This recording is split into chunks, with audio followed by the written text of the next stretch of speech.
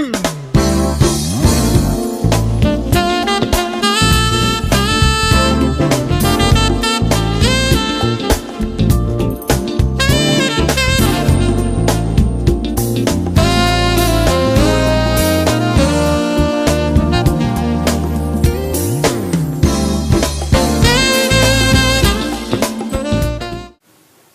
días, buenas tardes o buenas noches, dependiendo de la hora en que nos estén viendo y el lugar donde nos estén sintonizando. El día de hoy regresamos aquí a Yo Soy Animalo, en su podcast, con una temática que no hemos abordado anteriormente y la cual es muy novedosa, sobre todo por la reciente regulación de lo que ha sido el tema, ¿no? Es un tema que ha sido, estamos en el año 2012, finales del año 2012, y es un tema que tiene poco que se ha implementado en las últimas regulaciones. Vamos a hablar un poco del protocolo de Nagoya y su suplemento, Kuala Lumpur, y por ello pues, nos encontramos con el doctor Cristian. Él puede comentarnos un poco más sobre su formación, sobre sus áreas de interés y sobre los temas que actualmente está trabajando. Gracias. Bueno, primero que nada, gracias por la invitación. Es un gusto estar acá, platicar sobre un tema que me apasiona, que es bioseguridad. En particular vamos a hablar sobre la responsabilidad que resulta del uso de organismos genéticamente modificados. Es un área en la que ya le dediqué por mucho tiempo mi atención, desde la parte profesional, que trabajé en la Comisión Nacional de Biodiversidad, CONABIO, y en la Secretaría de Medio Ambiente y Recursos Naturales, Semarnat, en ambos lugares atendiendo preocupaciones del sector ambiental en relación a la bioseguridad y otros temas que tienen que ver con biodiversidad. También desde el punto de vista académico, el área de biodiversidad de hecho ha sido la constante de lo que he hecho académicamente. En la parte de bioseguridad fue el tema de la maestría, por ejemplo, el principio precautorio y cómo interactúa con el régimen internacional de comercio, las limitantes que puede ofrecer esas reglas y esas obligaciones. Y ya a nivel de doctorado fue de nuevo una sobre bioseguridad, sobre la controversia europea y americana en el sentido amplio, ¿no? Argentina, Canadá y Estados Unidos en contra de la moratoria en la Unión Europea sobre transgénicos, y era de nuevo analizar en el contexto del medio ambiente y comercio este tema. Entonces es un tema en el que ya le he dedicado mucho de mi formación profesional y académica. Es un gusto por entonces estar aquí con ustedes y platicar sobre esto.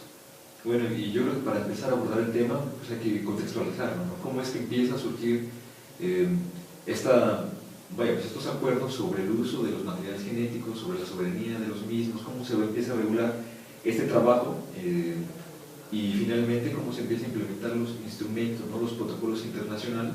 Entonces, para los podescuchas que se estén familiarizando, nosotros también no tenemos mucho que estamos familiarizando con estos temas, que son sumamente interesantes por la relevancia que están cobrando hoy en día. Esto lo vamos a ir aterrizando con respecto a lo de productos transgénicos, no alimentos transgénicos, pero sería importante dar como un panorama de cómo es, cuáles son los antecedentes en los que nos vamos a estar moviendo esta legislación de lo que se está basando.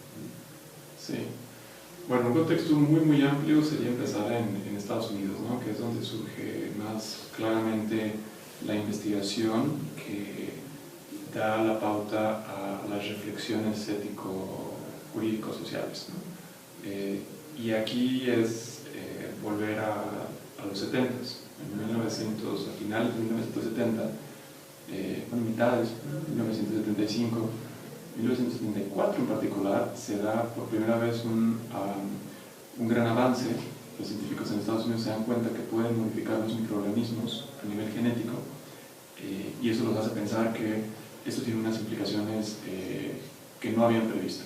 Era un nuevo escenario para la humanidad, un nuevo escenario para la ciencia, y entonces da origen a una carta que un científico manda a Science, donde hace dos cosas: convoca una reunión, entonces es la mítica reunión de Asilomar, y llama a una moratoria. Entonces, curiosamente, la primera respuesta que hay en materia de bioseguridad, en materia de biotecnología moderna, es una moratoria.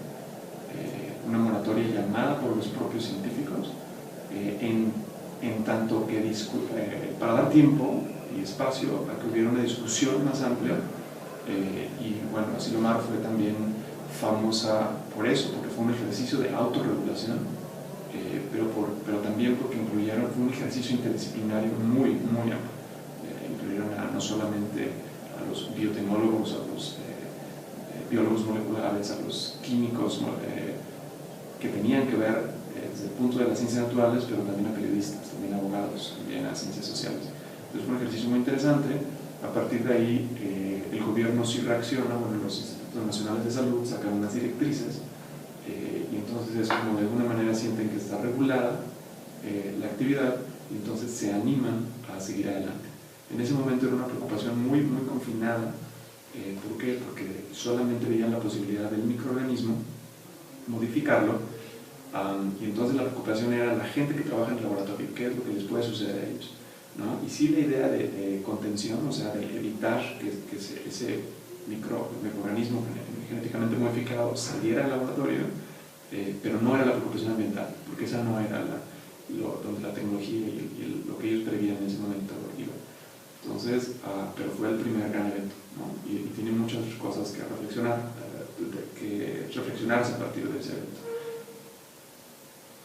El segundo punto también que es súper importante en todo esto es la reunión de Río, la cumbre de Río, donde se llega a un consenso después del informe famoso de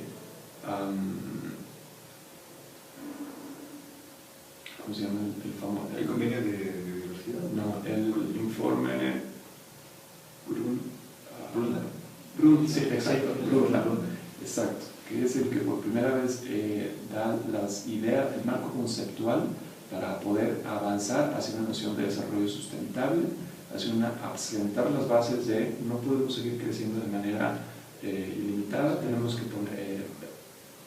limitarlo de alguna manera y tomar en cuenta los ritmos de la naturaleza y esta parte de la recarga natural. Recordemos que por esos años no estaba muy presente estos informes que hablaban de los límites del crecimiento, ¿no? Trabajo de este informe Brundtland, y hay otro que se nos está olvidando el nombre, tal vez encontremos también sus antecedentes, ¿no? En el trabajo del Club de Roma, que también había empujado mucho esta idea de que pues la cuestión del desarrollo económico debería tener unas bases que fueran terrenales, ¿no? No una idea que estar alejada de la capacidad de reproducir la vida de la misma Tierra, ¿no? El mismo planeta. Exactamente. Y también cabe mencionar que el informe Brundtland fue el primero que se empezó a meter en esas cuestiones de generaciones futuras o generaciones venideras, precisamente en lo que es el desarrollo sostenible, ¿no? De crear las condiciones para satisfacer las necesidades del presente, pero previniendo las que pudieran ser de las generaciones futuras, como tú mencionabas, ¿no? Sí, que éticamente es una evolución muy importante, ¿no? Preocuparte no solamente por el presente, sino por las personas presentes, sino por alguien que todavía no existe. Exactamente. Entonces eso sienta las bases, el informe, para que se reúnan en la cumbre de Río, entonces que es el gran evento que cambia la concepción del derecho ambiental internacional y genera la conciencia en muchos gobiernos, en muchos tomadores de decisión, y a partir de ahí en la cumbre de Río es que se adopta, bueno, el trabajo empezó mucho antes, pero en la cumbre de Río se adopta el Convenio de Diversidad Biológica en 1992. Es ahí donde para entonces ya se había planteado la posibilidad de no nada más modificar organismos, microorganismos, sino además plantas, sino además animales. Entonces eso abre toda una nueva reflexión sobre qué pasa cuando, porque el microorganismo estaba hecho en la preocupación anterior era solamente el laboratorio, y acá es lo voy a soltar, lo voy a liberar a la planta, al animal. Entonces la reflexión es totalmente diferente. Entonces toma un gran rol, un gran espacio de la discusión, la preocupación de que el medio ambiente, en sentido la biodiversidad, debía ser cuidada ante diferentes tipos de amenazas, ¿no? Que estaban siendo identificadas. Y la biotecnología en ese momento fue identificada como los productos de la biotecnología, en el sentido de los organismos modificados, genéticamente se veían como una clara fuente de riesgos, ¿no? En ese momento hubo un mismo ejercicio de tratar de balancear los riesgos con los beneficios, por ejemplo, y dio las bases para ciertos artículos del Convenio de Diversidad Biológica que entra en vigor hasta 1993. México participó en estas negociaciones, firma el Convenio 92, entra en vigor para nosotros en 93, precisamente porque México participó en estas negociaciones. Eso influye en la política y en el marco nacional. Entonces la LEGEPA es también producto de todas estas reflexiones internacionales. La CONABIO es creada por esas épocas. El tema de la biodiversidad empieza a agarrar un gran auge porque hoy es algo que no se había valorado, que no se había dimensionado cómo es importante, fundamental, ¿no? La diversidad genética, la biodiversidad, tanto para cuestiones de seguridad alimentaria, ¿no? Como para servicios ambientales. Así es. Y la revaloración de los recursos naturales por parte de los países en desarrollo también, ¿no? Sí, hay una reflexión ahí geopolítica muy interesante. La cumbre de Río y el informe y los tratados que surgen de ahí ya reflejan una clara división entre norte y sur, ¿no? Entre posicionamientos. Y eso es también importante y se va reflejando de alguna manera en todos los instrumentos que fueron surgiendo a partir de ahí. Se sientan entonces las bases para...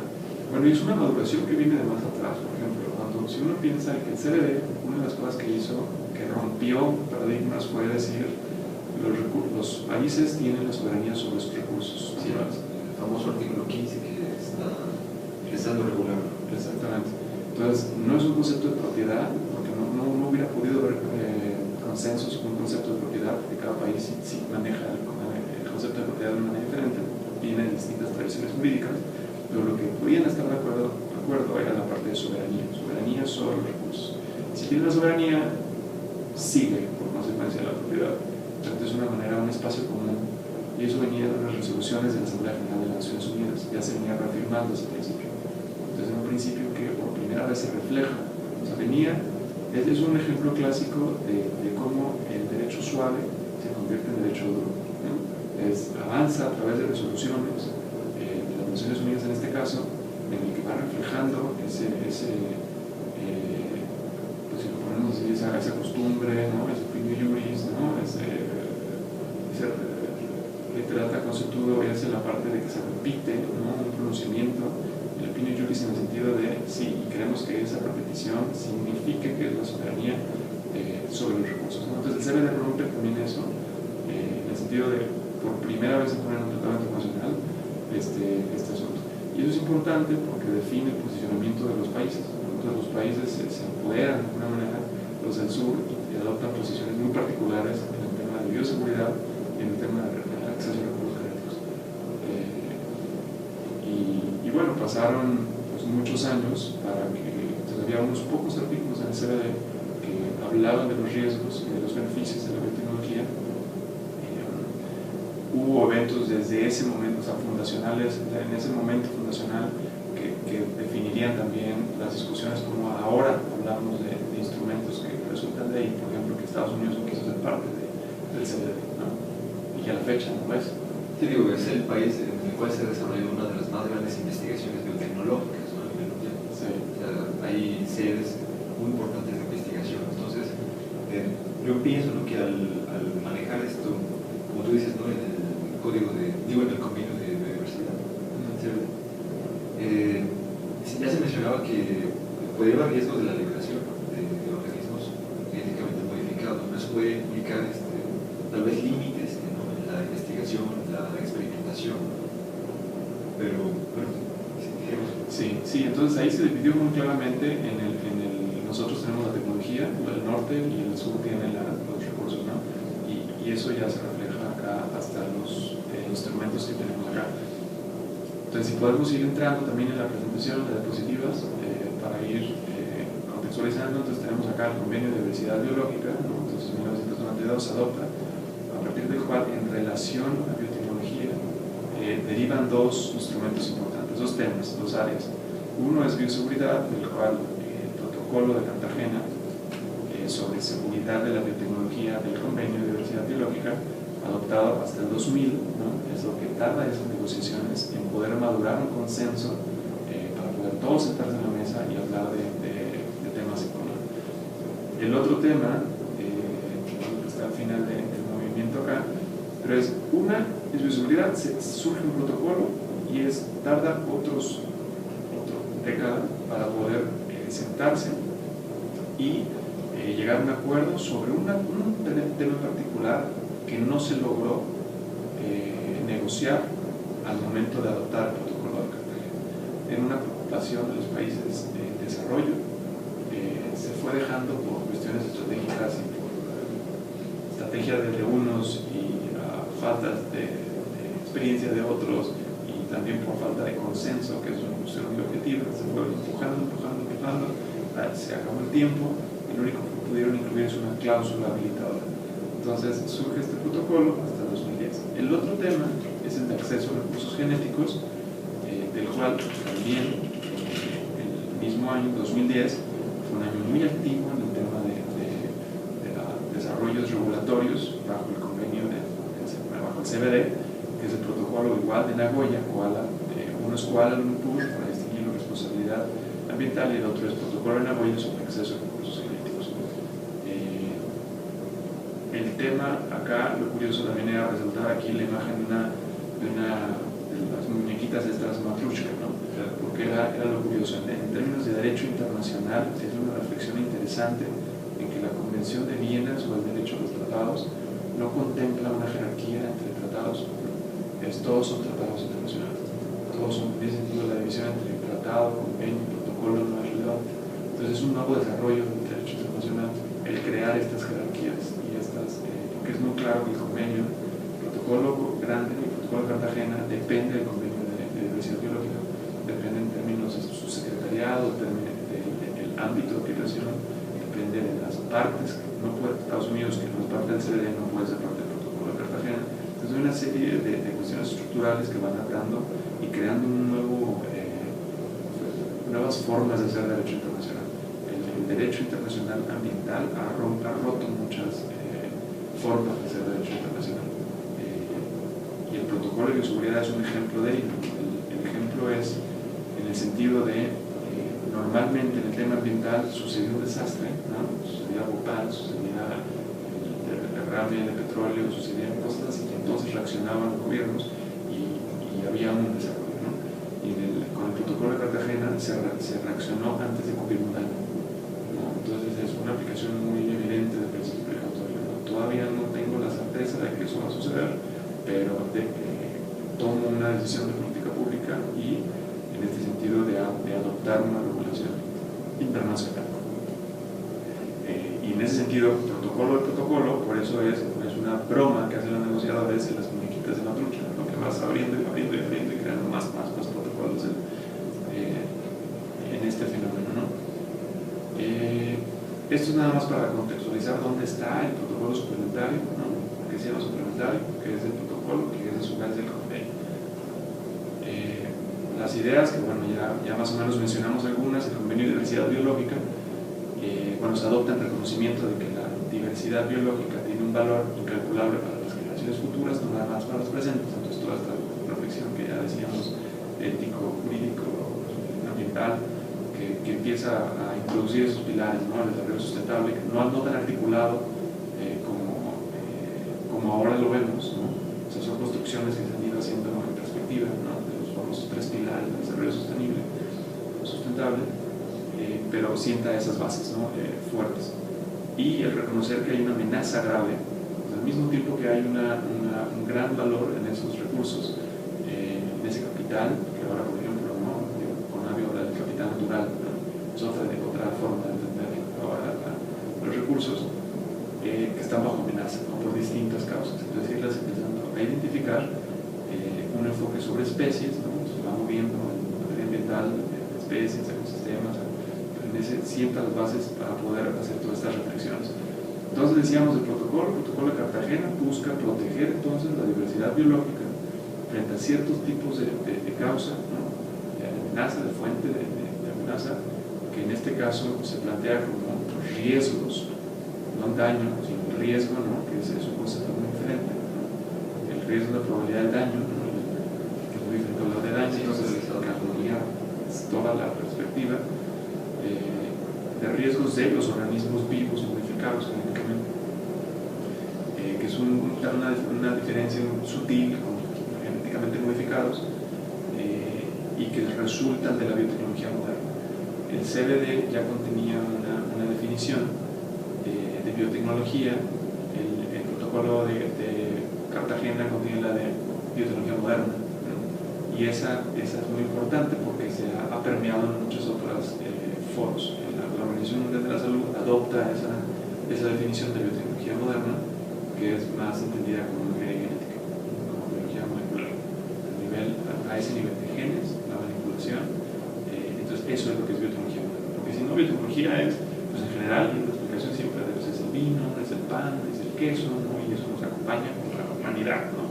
Entonces hablar de biotecnología tendríamos que decir, siempre la hemos tenido, ¿no?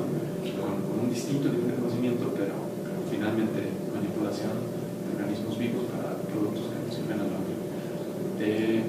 Entonces, bueno, datos acá se adopta en el 2000, entra en vigencia en el 2003, y este tipo de instrumentos generalmente vienen atados, obviamente el derecho internacional lo que importa mucho es el consentimiento de los países, que está reflejado en que normalmente, últimamente, el poder ejecutivo, ¿no? La distribución de poderes en un país va a significar que el presidente, el poder ejecutivo, va a firmar un tratado y después va a ratificarlo el Congreso, ¿no? el que tiene entonces la construcción esta de la representación popular. Entonces, casi siempre tiene la construcción, la regla de que una vez que se firma y una vez que cierto número de ratificaciones se acumulan, entonces empieza un plazo para entrar en vigor. Y en este caso el número fue 50. Acá es importante nada más resaltarlo. ¿Por qué? Porque el otro protocolo suplementario tiene una regla diferente.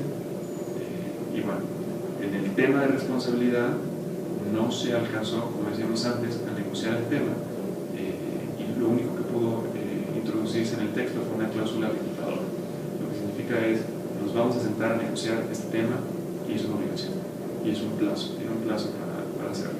Un plazo que tuvo que ser ampliado, pero estableció una pauta de actuación. Entonces, el protocolo de Nagoya Kuala Lumpur se adopta y aquí se usan muchos acrónimos, ¿no? Tanto en bioseguridad, como en recursos genéticos, el COP-MOP, ¿no? 5, que significa la conferencia de las partes, y el otro es reunión de las partes, ¿no? O sea, es lo que refleja exactamente cómo están unidos el CBD y el protocolo. Es la conferencia de las partes del protocolo actuando como reunión de las partes o sea, conferencia de las partes del CBD actuando como reunión de las partes del protocolo. La MOP es la parte del protocolo. Se firma el 7 de marzo del 2011 y se abre firma son un año básicamente, del 2011 al 2012, van 53 signatarios de este protocolo suplementario, y la regla que les comentaba es de 40. Entonces aquí decidieron bajar, es para que entre más fácil en vigor. Y bueno, ¿en qué vamos? Vamos en 6, ¿no? El día de hoy hay 6 países que ya firmaron el protocolo, que una vez que entre en vigor ya subió a 3 países, ¿no? Entonces es la regla. Sí, entre estos países se encuentran de diversos continentes, o se están concentrando en Europa. Se están concentrando en ese sentido en Europa. Esos países escandinavos y Europa del Este, que de hecho ahorita vamos a poner ahí la reflexión de cuáles son y cuál es su rol en esto que platicábamos, de que en este tipo de negociaciones siempre se dividen entre o norte-sur, o exportadores, importadores, o usuarios, proveedores, ¿no? El tema de acceso a recursos genéticos es muy claro que sea usuarios, proveedores, ¿no? Proveedor del recurso, ¿no? Que alguien va a venir a accesar, o que yo lo voy a enviar, y usuario que tiene la tecnología para aprovechar, ¿no? Y el tema de bioseguridad es importador, exportador, básicamente.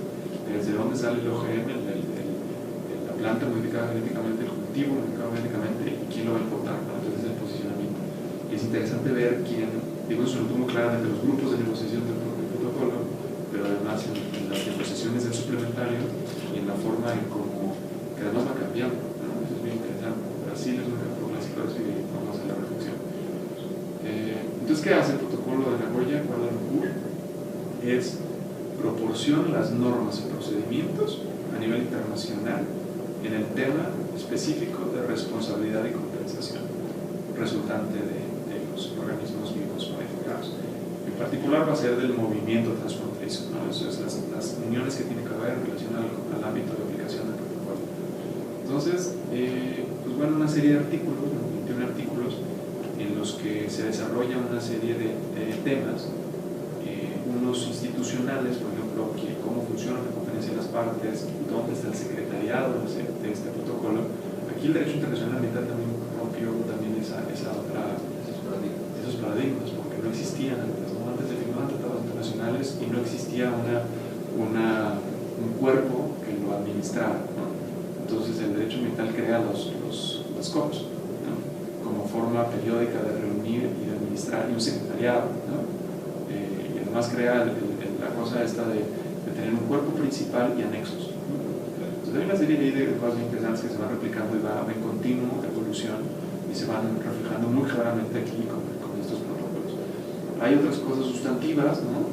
Como la parte de medidas de respuesta, cuál es el ámbito, las definiciones que suelen tener un rol muy importante. En este caso va a ser crucial la parte de definiciones porque introducen nuevos conceptos, ¿no? Conceptos que no existían antes o no había consenso sobre ellos y nosotros como país también es importante que jaláramos de ahí esas reflexiones, esos consensos.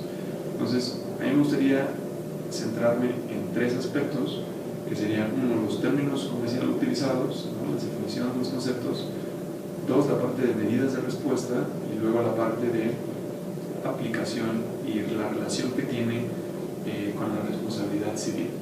Muy rápidamente en este tema lo que empezó a suceder es que había dos enfoques, ¿no? Se veía la responsabilidad en ese sentido ambiental relacionada a organismos genéticamente modificados. Podía ver desde un punto de vista administrativo, el enfoque administrativo que llamaban, o desde un enfoque civilista. Y bueno, había distintos países, no estaba tan claro que los países del sur fueran civilistas o que los países del norte fueran administrativos. A veces coincidía, pero dependía más bien de sus tradiciones jurídicas, de dónde estaban en esa línea de expropiación e importación, en fin. Antes de continuar, quisiera que nos dijeras en México cuántos se han ratificado estos tres convenios y han propuesto reservas o algo por estos instrumentos o están en vías de... México bueno, es parte del CBD, o sea, ratificó el CBD, firmó y ratificó el protocolo de bioseguridad y firmó y ratificó recientemente también el protocolo suplementario. Entonces, para México son relevantes los tres y es parte, entonces lo que significa que puede participar en todas las reuniones, tiene voz y voto en ese sentido. Estados Unidos va a las reuniones, ¿no? Aunque no participe, está observado. Exacto, está observado. Entonces, México tiene en ese sentido todos los derechos, ¿no? Que trae Exacto. Y bueno, de los términos utilizados son tres, ¿no? Los que voy a llamar la atención sobre estos. Uno es el daño, que no existía consenso sobre cuál es el daño, ¿no? O sea, sí hablamos de un riesgo que puede pasar, la probabilidad de que suceda un daño, pero ¿cuál es el daño, no? Y es la misma reflexión que acá en México siempre fue, ¿no? O sea, el maíz, el origen del maíz, sí, pero ¿qué? ¿En qué momento, no? Y ahí será relevante cuando se hibridiza, digamos, una variedad transgénica con una local, ¿en ese momento hay daño o es cuando sucede algo más después? Bueno, entonces es muy importante definir qué es ese daño. Es lo que en muchos sentidos obstaculizó que se avanzara en este tema a nivel internacional y también a nivel nacional, la ley nacional, que era un problemón. Y entonces esto es importante. Entonces, ¿qué fue lo que se logró? Lo que se logra acá es, dice, es un efecto adverso. ¿Sobre qué? Y este es el ámbito, aquí se nota el ámbito de aplicación del protocolo PAPA, digamos, que es la conservación y utilización sostenible de la diversidad biológica. Entonces, un efecto adverso ambiental que, y aquí es lo importante, que pueda medirse, es uno, que tenga un referente científico y que tome en cuenta la variación tanto a otras fuentes de afectación y la variación natural, ¿no? O sea, para poder distinguir si algo sucedió porque hubo una interacción biológica con otro organismo que es natural que suceda esa interacción, o es natural que se muera esa población, o sea, alguien se coma a alguien, una cosa así, distinguirlo, ¿no? Entonces eso trae a colación la parte de tienes que conocer cómo estaba antes para poder definir después qué fue lo que pasó en relación con este producto. Y la parte de que sea significativo, ¿no? Entonces estos son los elementos. Que se pueda medir, dice, o de otro modo observarse, referencias científicamente establecidas, que las reconozca la autoridad y que tengan en cuenta estas variaciones. ¿Y qué es significativo? Entonces hace también una lista de características, que es cambio a largo plazo, amplitud de los cambios y se reduzcan la capacidad, y aquí por ejemplo es interesante también que ya hable de bienes y servicios, ¿no? Ambientales, en ese sentido. Entonces habla una combinación de varios temas, ¿no? Es de componentes de la diversidad, servicios ambientales, en fin, es una construcción muy interesante. Y bueno, que la amplitud también del efecto adverso en la salud humana, ¿no? Que siempre fue un tema que siempre estaba flojo, ¿no? Que si este tratado exclusivamente ambiental o también puede considerarse la salud, ¿no? Los dos están íntimamente relacionados, hay factores ambientales que afectan a la salud y así es como se construyó, ¿no? La relación. Y por eso siempre hay una constante referencia. El otro punto es el del operador, la definición de, o sea, esto es el canalizar la responsabilidad hacia identificar en la cadena de agentes relevantes, de actores, quién es el que puede definirse como operador. O sea, sí podía haber un consenso más o menos claro de que sea el operador, el que tenga control, ¿no? Que es el punto que es importante, cualquier persona que tenga control, es directo o indirecto del organismo. Y después la lista de quiénes pueden ser operadores, ¿no? Entonces ya dice, según proceda, lo determine la legislación nacional, aquí se nota el juego constante de lo que se fijó a nivel internacional y lo que se dice lo mandó a legislación nacional, ¿no? Es el juego constante de darnos esa prerrogativa a nosotros para decidir algo, ¿no? Entonces aquí es, según lo determina la legislación nacional, sea el titular del permiso, la persona que lo colocó en el mercado, el desarrollador, el productor, que esos son términos un tanto más comerciales, y estos son más legales, el notificador, ¿no? Bajo protocolo, el exportador, el importador, que es el juego del movimiento transfronterizo, son los actores legalmente que se reconocen, el transportista, esto ya es una vez que se introduce, porque la clave acá es que es resultante de un movimiento transfronterizo, entonces esto se va a mover, esta mercancía, entonces esta mercancía es transportada, en ese sentido, por eso también es un actor relevante, igual el proveedor.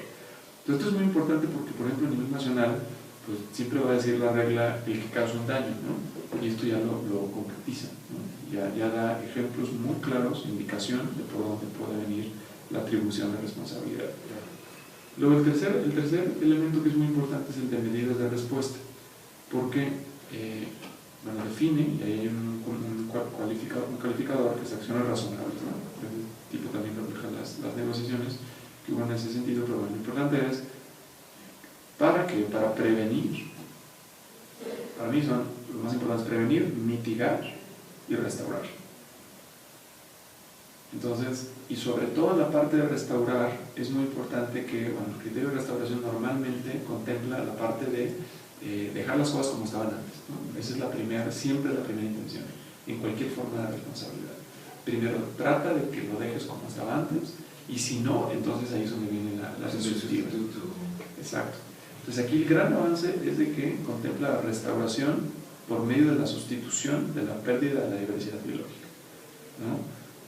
Entonces esto es muy importante porque eso sí cambia la manera de entenderlo.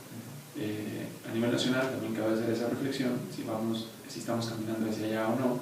En ese sentido esto es importante porque a nivel nacional a mí me tocó ser parte asesorar a la delegación mexicana, y hubo momentos en los que no estaba claro, los posicionamientos a nivel nacional no estaba claro si iba a ser en el sentido de tenemos nuestra legislación de tal manera y queremos que lo que vamos a ir a aceptar allá o a empujar allá sea lo que ya tenemos, o si lo que tenemos es insuficiente y lo que queremos es buscar un cambio a través del tratado internacional. Es una reflexión muy interesante en términos de balance de poderes y de distribución, ¿no?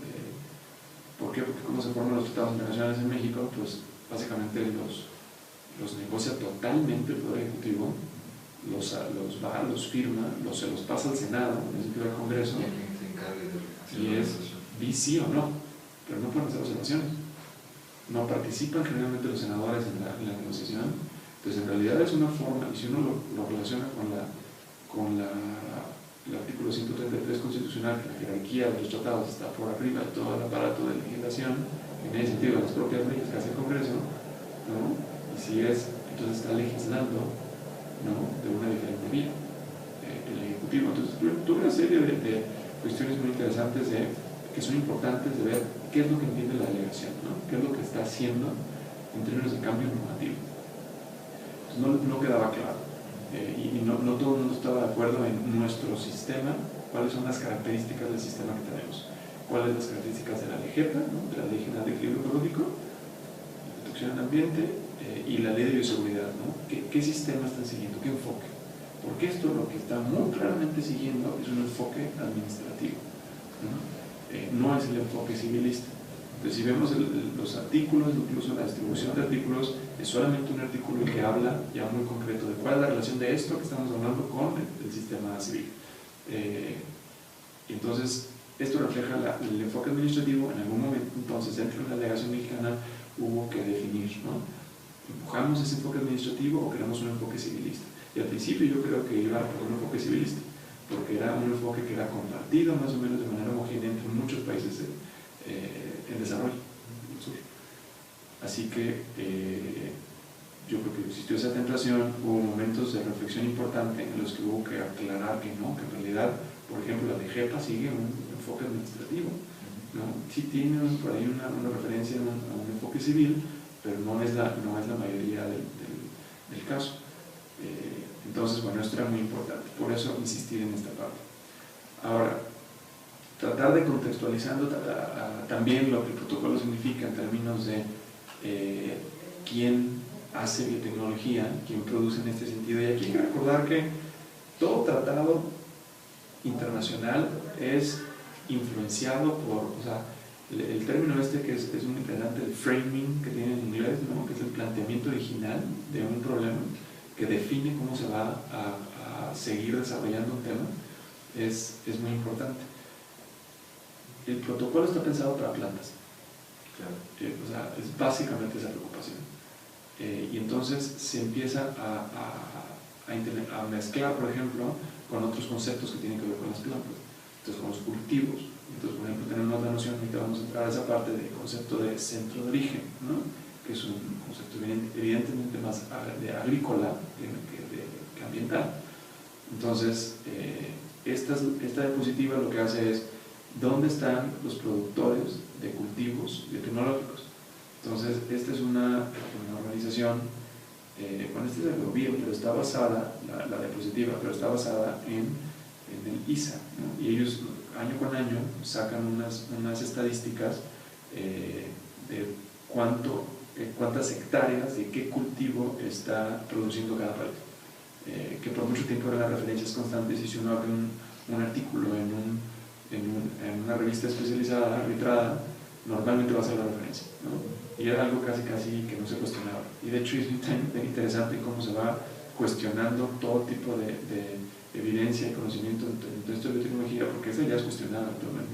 ¿Desde dónde sacas esas cifras?, ¿no? Y eso ya pasó en México. Una divergencia en su momento de las hectáreas de algodón era, a ver, ¿cómo que estamos sembrando tantas, ¿no?, de algodón, cuando de hecho se supone que estamos a nivel experimental y tenemos el número era 100.000 hectáreas, ¿no? Entonces, ¿cómo?, ¿no?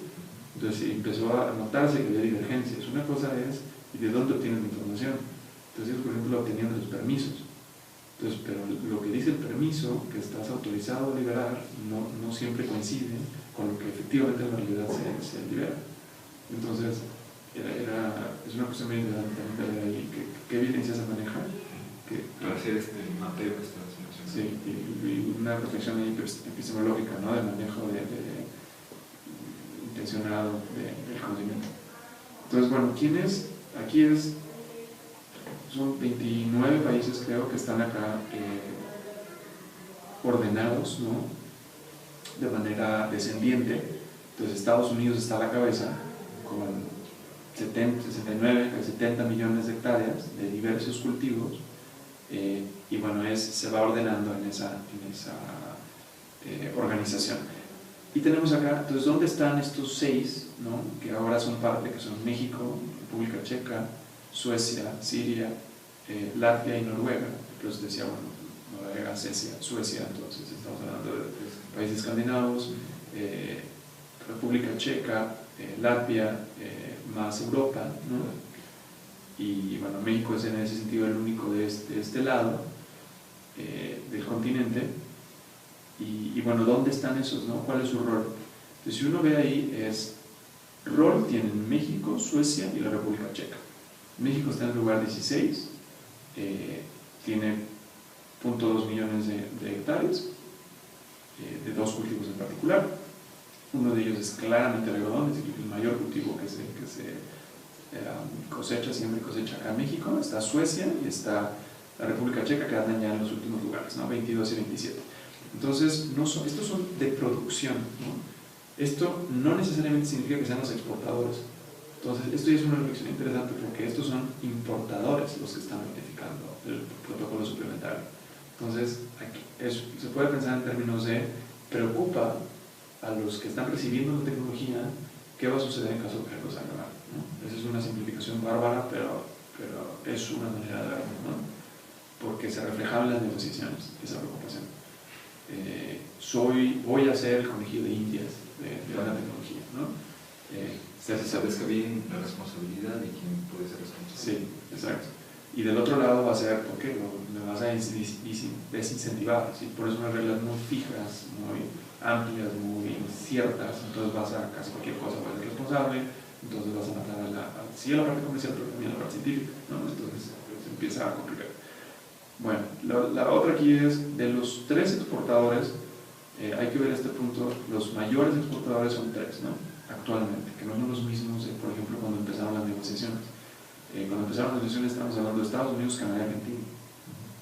Ahora son Estados Unidos con 69, el segundo es Brasil con 30, entonces ya son los brincos impresionantes, y Brasil de manera muy, muy, muy importante, y después Argentina a 23, ¿no?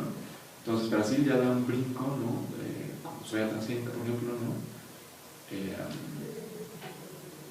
Puedes relacionarlo con maíz, puedes relacionarlo con el bioetanol, ¿no? El rol que dice bioetanol, la gran vocación de agronegocios, ¿no? De Brasil. Y es curioso porque entonces Brasil también durante las negociaciones empieza a cambiar de rol, porque cuando estaba el CBD se veía a sí mismo como proveedor de recursos, no como usuario, no como el que tenía la tecnología. Cuando llega la parte del protocolo eso va cambiando, ¿no? Está entre parte de importador, empieza a experimentar por su cuenta, ya para cuando llegamos a la parte del protocolo suplementario ya tiene otra posición. En 10 años se volvió. Sí, entonces en posiciones muy concretas de etiquetado es muy claro que Brasil de repente ya lo veía Marcelo y no se etiquetado sin notificación, pero no define cómo se refiere a él como etiquetado. Entonces empieza a ver muy interesante y es por eso importante verlo también constantemente en términos de la producción. Y bueno, ver que la brecha, ¿no? entre el primer lugar y el quinto lugar, Canadá, pues es bárbara, ¿no? 70-10, ¿no? Cuando Canadá era el segundo, ¿no? Y bueno, eso va cambiando. Entonces en México la otra relación acá importante contextual que hacer es con los conceptos de país megadiverso y de centros de origen. Entonces los países megadiversos, bueno, el concepto de megadiversidad es donde coincide la mayor cantidad de biodiversidad en el mundo, ¿no? Es una combinación de varios conceptos.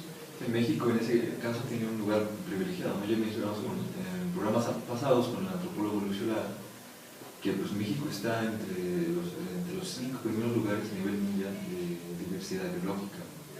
Casualmente, tal vez no tan casual, los centros de megadiversidad, o bueno, de amplia diversidad biológica en México coinciden con los centros de establecimiento de pueblos originarios, ¿no? Así O sea, hay un pequeño mapa que realiza Víctor Manuel Toledo, donde ve que los centros de diversidad, tanto de maíz, ¿no?, como de diversidad de animal, etcétera, etcétera, coinciden, ¿no?, con las zonas donde se han establecido, donde se establecieron y donde siguen establecidos, ¿no?, los pueblos originarios. Exactamente. Que en la parte de, lo hace complejo para todos los aspectos, ¿no? Tanto para la parte de acceso a recursos genéticos, ¿no?, de obtener consentimiento, por ejemplo, como para la parte de bioseguridad de consulta, ¿no?, en la parte de bueno, es como sí, una nueva fase de conflicto. Justamente por esos años, ¿no?, pues se hace el convenio 69 de la OIT, que empieza a regular esto, ¿no?, que da paso a, pues bueno, que a nivel constitucional también se maneje, ¿no?, se busque al menos reconocer, porque no se ha implementado adecuadamente, o no se ha instrumentalizado, no se le ha dado pies y manos todavía a lo que es el derecho a la consulta previa informada, ¿no?, estos mecanismos de los derechos de los pueblos originarios, ¿no? Exactamente. O sea, hay detalles, hay muchos detalles sobre el que... Sí, por supuesto. Y el otro es, bueno, el de países medio diversos sí es un criterio estrictamente ambiental, ¿no? El otro criterio que decía es el de centros de origen y diversificación, que es el otro corolario ahí, que son diferentes, ¿no? Y centros de origen que también conceptualmente, pues, por ejemplo, es interesante, ¿no?, porque surge como un concepto mucho más amplio, ¿no?, con fronteras no tan bien definidas, ¿no? Entonces habla de maíz, el centro de origen de Sudamérica, no estrictamente México, ¿no? No, exactamente. Entonces son conceptos que surgen de manera distinta, pero es evidentemente agrícola, ¿no? Se retoma como ambiental porque hay una clara conexión, ¿no? O sea, si vas a proteger, o sea, el maíz también es un recurso natural, entonces es una preocupación por lo tanto ambiental también, pero sí es como importante definir que el núcleo de eso es agrícola, ¿no? Y bueno, y aquí podemos ver en la diapositiva, en el mapa, o en México, por ejemplo, de maíz. En África vas a tener, no sé, cazaba, Bueno, en China soya, ¿no?, en Irak me parece que es trigo, ¿no? Exacto. Entonces, pero es importante, ¿no?, porque se ha hecho mucho énfasis en que los centros de orígenes de este tipo de cultivos deben de estar libres de una posible contaminación, porque al final de cuentas es el reservorio para los distintos trabajos que se han realizado, ¿no?, de aclimatar las semillas, de aclimatar los cultivos y llevarlos a otras latitudes. Así es. Entonces se ha hecho mucho hincapié en ellos. Y sí, también como que surgen varias figuras, como la que se toma en lo que es comercio internacional, de la figura del bowl, ese plato de bowl lleno de espagueti, donde todos están interconectados. Y por ejemplo, en el caso de que México se vea, bueno, ya se vio dañado, por así decirlo, en cuestión de que sus plantas nativas de maíz ya están polinizadas con producto transgénico, ¿no? En este caso generalmente es de Estados Unidos, proviene de Estados Unidos. ¿Y cómo se podría implementar una responsabilidad para Estados Unidos si no forma parte de los protocolos?